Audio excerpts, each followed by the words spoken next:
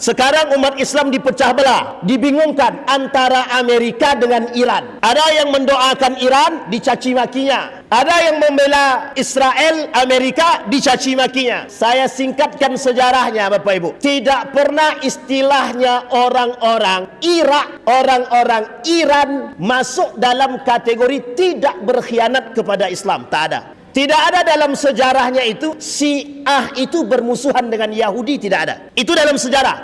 Di Iran itu Bapak Ibu, ada satu kampung namanya Isfahan. Sekarang itu jumlah penduduknya 15.000. Kata Nabi dalam hadisnya sahih, itu pengikutnya Dajjal. Dan Dajjal itu akan keluar di Iran. Khurasan nama tempatnya.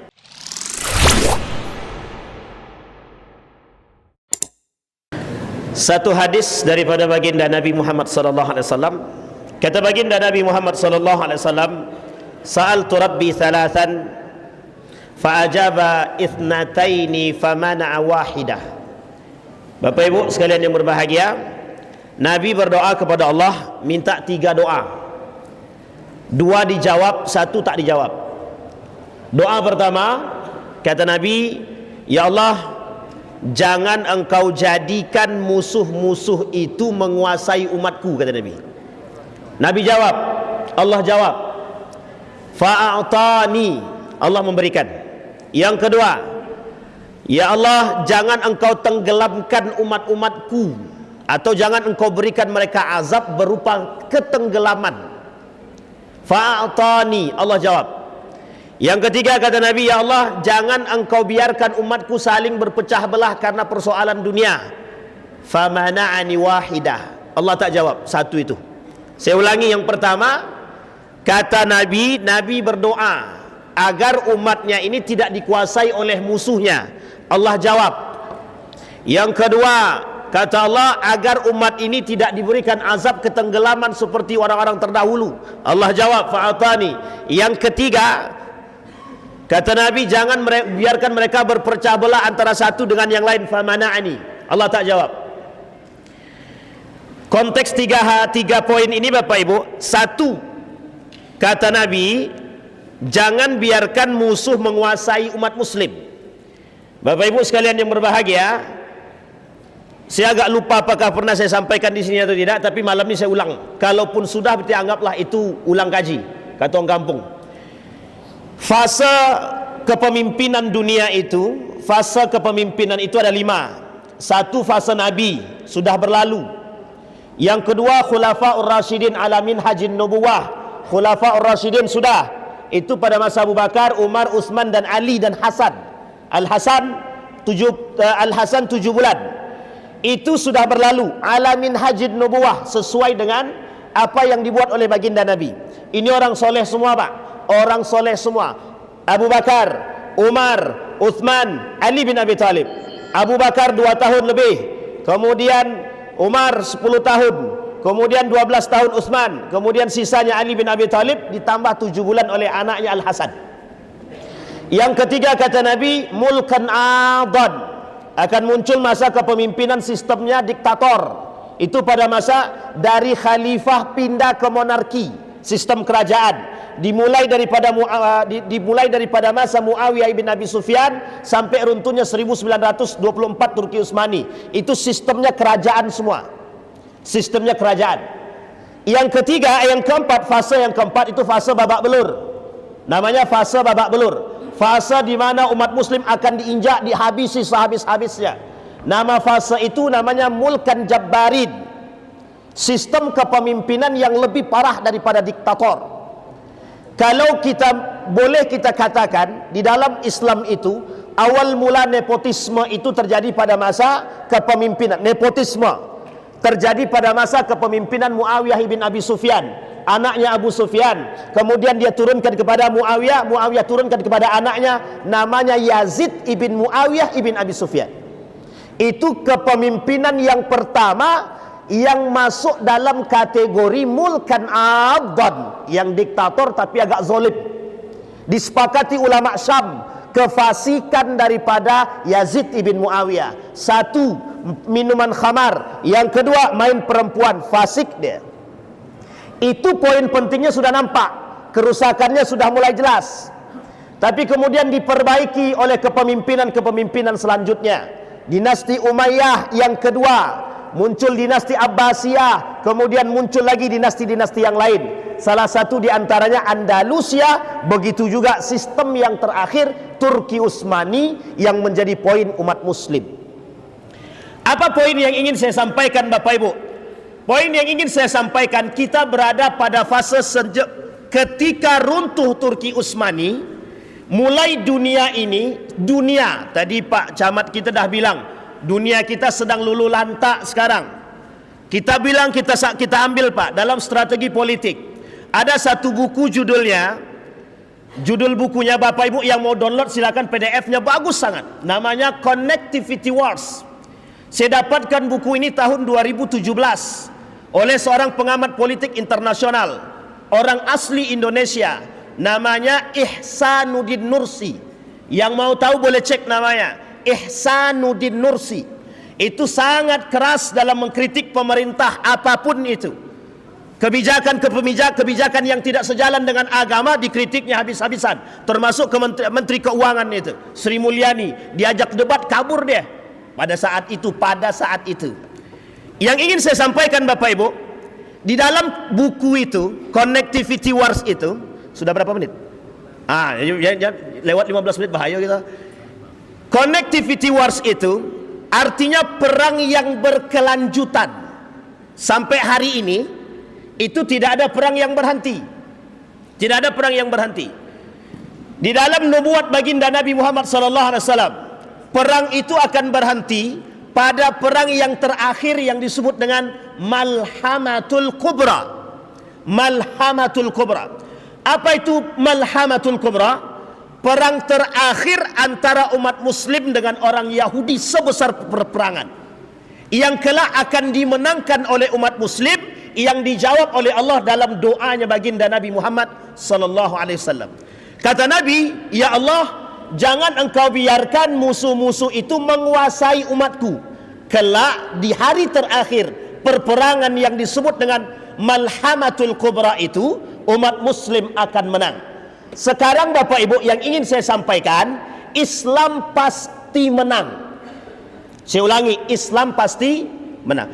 Yang harus kita perhatikan adalah mental muslimnya jangan bobrok. Di tengah fase keempat ini, umat muslim itu sedang bobrok-bobroknya, tapi mental kita jangan sampai bobrok. Kita ambil contoh, ada kasus pertama, sekarang umat Islam dipecah belah, dibingungkan antara Amerika dengan Iran. Ada yang mendoakan Iran, dicaci makinya. Ada yang membela Israel, Amerika, dicaci makinya. Bapak Ibu sekalian yang berbahagia, saya singkatkan sejarahnya Bapak Ibu. Tidak pernah istilahnya orang-orang Iran masuk dalam kategori tidak berkhianat kepada Islam. Tak ada. Tidak ada dalam sejarahnya itu Syiah itu bermusuhan dengan Yahudi, tidak ada. Itu dalam sejarah. Boleh Bapak cek, cari dalam sejarah pernah ada Iran bermusuhan dengan Syiah. Iran bermusuhan atau Syiah bermusuhan dengan Yahudi, tidak pernah. Di Iran itu Bapak Ibu, ada satu kampung namanya Isfahan. Sekarang itu jumlah penduduknya 15.000. Kata Nabi dalam hadisnya sahih, itu pengikutnya Dajjal. Dan Dajjal itu akan keluar di Iran, Khurasan nama tempatnya. Jadi jangan berarti kita salah nih mendukung Iran. Bukan, kita tidak mendukung Iran. Kita mendukung Palestina. Bapak Ibu, hari ini kita ditutupi oleh sejarah, kita ditutupi oleh media. Kita sekarang sedang sibuk antara Amerika dengan Iran. Kita lupa ada saudara kita Palestina, Pak. Bapak Ibu tahu apa yang terjadi dengan Palestina hari ini? Sampai hari ini bombardirnya Israel kepada Palestina masih terjadi, Pak. Masih terjadi. Di tengah tertutupnya mata dunia, Palestina tetap hancur, Pak. Siapa yang hancurkan? Israel. Tinggal sedikit di tepian barat Palestina itu, bagian setengah daripada Gaza. Kalau itu sudah ditaklukkan, Pak, oleh Israel, ada dua tempat yang akan menjadi kuasa selanjutnya. Mesir. Bisa dipahami Bapak Ibu? Kalau Mesir sudah ditaklukkan juga, selesai Pak, sejalan dengan apa yang diinginkan oleh Yahudi yang disebut dengan Yahudi State, negara Yahudi. Kalau kita boleh katakan sekarang ini kita sedang ditipu oleh dunia, dimanipulasi oleh dunia. Cuma berdampak, perperangan Iran dan Amerika itu berdampak kepada siapa? Berdampak kepada kita, Indonesia, dan berdampak pada negara-negara sekitar. Sekarang pertanyaannya apa? Apa kaitannya dengan yang dikatakan oleh Nabi? Yang kaitan yang paling penting itu adalah umat muslim hari ini mentalnya jangan bobrok. Di tengah fase yang bobrok, kita ini babak belur. Maju salah, mundur salah, ke kanan salah, ke kiri salah. Bisa dipahami Bapak Ibu ya? Bisa dipahami? Bapak Ibu, di balik itu semua ada satu tujuan agama yang lebih parah lagi, menggeser, menggiring semua akidah-akidah yang lurus dari umat muslim. Jadi Bapak Ibu jangan salah, jangan terkicu. Di tengah perperangan yang besar ini ada istilah pendangkalan akidah. Nah Bapak Ibu jangan sampai dangkal akidah. Di tengah begitu derasnya perperangan, kita dibuat rendah akidah kita. Meskipun Nabi bilang kelak di akhir zaman itu umat mukmin bukan muslim, Nabi tak bilang muslim, orang yang berpegang teguh beriman itu sedikit. Jadi yang selamat itu cuma sedikit, yang sisanya tersesat. Tersesatnya kemana? Munafik. Jadi kelak di akhir zaman itu dua Pak. Ini sudah mulai nampak, sudah mulai nampak. Hadisnya mengatakan salasuna kadzab, akan datang pengikut Dajjal 7 kelompok. Satu Yahudi Isfahan. Bapak Ibu, Yahudi Isfahan itu dalam sejarah itu yang membantu Persia menghancurkan Babilonia. Babilonia itu Irak pada masanya. Irak pada masanya, Babilonia namanya, turun ke Ali bin Abi Thalib namanya Kufah, turun ke sekarang namanya Irak. Lawannya Persia. Persia itu Iran sekarang. Persia itu penyembah majusi dia, yang disembah itu api. Satu yang tidak pernah, yang bagi mereka mitos yang tidak pernah terhapus itu adalah penyembahan api yang tidak pernah padam. Ketika datang umat muslim yang menaklukkan Persia, habis Pak. Kelahiran baginda Nabi Muhammad sallallahu alaihi wasallam, di hari lahirnya Nabi, api itu padam. Bayangkan. Jadi Islam ini menjadi musuh semua. Musuh Yahudi, musuh Israel, musuh Palestina, musuh Amerika, musuhnya Iran, musuh semua Pak. Jadi jangan salah, jangan tertipu. Kita tidak mendukung Iran, kita mendukung Palestina. Yang kita pikirkan sekarang itu bagaimana Palestinanya. Bisa dipahami Bapak Ibu? Tinggal sedikit bagian daripada tepi barat itu mau dikuasai. Itu satu. Nabi kata, kelak akan muncul orang-orang, tentara-tentara yang memang akan datang membantu menjadi kemenangan umat muslim. Kehancuran Bani Israel itu 2 kali dalam Al-Quran. Ini yang terakhir. Maka Bapak Ibu kita katakan, kalau kami boleh berspekulasi, yang namanya Israel pasti kalah, Yahudi pasti hancur, Amerika pasti hancur. Tinggal waktunya. Kalau prediksi para ulama sebentar lagi. Artinya dalam perperangan ini, sudah diingatkan sebelum saya simpulkan. Dalam perperangan ini Bapak Ibu jangan terlalu serius dalam membahas itu. Yang perlu kita seriusi akidah kita, iman kita. Jangan sampai kita salah sasaran. Membela Amerika nifak munafik, membela Iran sama. Dua-duanya musuh kita Pak. Yang tak setuju tak ada masalah. Tapi dalam sejarah tidak pernah ada istilahnya Syiah atau Iran itu tidak bermusuhan dengan Yahudi. Tidak pernah. Bapak Ibu boleh cek, Persia bermusuhan dengan Yahudi. Enggak pernah Pak. Karena teman terbaiknya mereka adalah Yahudi. Bapak Ibu kalau datang ke sana, itu ada nanti Isfahan 15.000 sekarang penduduknya, yang menunggu cukupnya menjadi 70.000. Nanti kalau sudah 70.000, pengikutnya sudah 70.000, Isfahan ini, orang Yahudi ini, nah orang Yahudi dari berbagai macam negara akan bergabung bersama mereka. Kalau bergabung bersama mereka, Dajjal muncul. Kalau muncul Dajjal, itu tanda kiamat besar. Artinya kalau saat itu muncul, kata Nabi, tidak ada iman yang bermanfaat.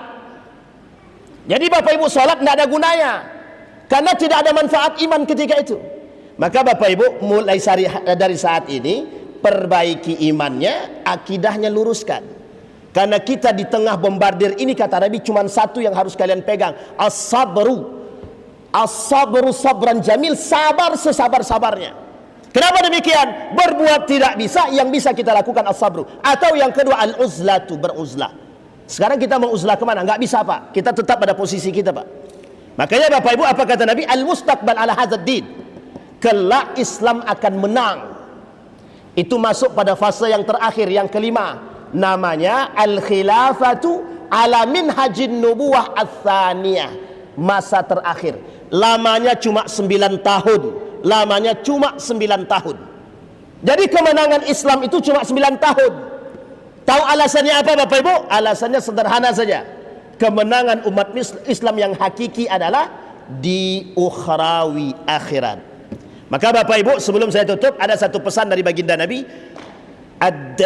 Addabani Rabbi fa ahsana ta'dibi.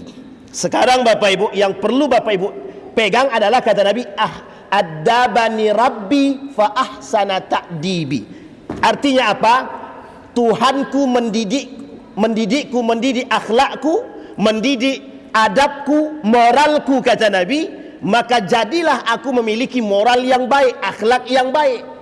Nah sekarang Bapak Ibu, jangan tinggalkan itu. Umat manusia sekarang ini, khusus mohon maaf, ulul albab, yang berakal, yang beriman, yang punya adab. Sekarang pertanyaannya, berapa banyak orang muslim yang nggak punya adab? Bisa dipahami Bapak Ibu ya? Jadilah muslim yang hakiki, yang beradab. Maka adabani Rabbi fa ahsana ta'dibi. Semoga kita bisa menjadi orang-orang seperti yang dikatakan oleh baginda Nabi, yang diperbaiki adabnya, yang baik akhlaknya, yang bagus moralnya. Jangan ngaku beriman kalau kita nggak punya adab. Karena salah satu kuncinya, dampak atau efek daripada iman itu beradab. Kalau tidak beradab, bisa jadi dia tidak beriman. Bisa dipahami Bapak Ibu ya? Mudah-mudahan ceramah singkat ini bisa menambah keyakinan kita, keimanan kita, bisa menambah kekuatan kita, bisa menambah keberhati-hatian kita di tengah hiruk pikuk dunia dalam proses global ini. Mudah-mudahan Allah jadikan kita orang-orang yang istiqamah. Amin ya rabbal alamin. Fa'tabiru ya ulil absar la'allakum tuflihun. Assalamualaikum warahmatullahi wabarakatuh.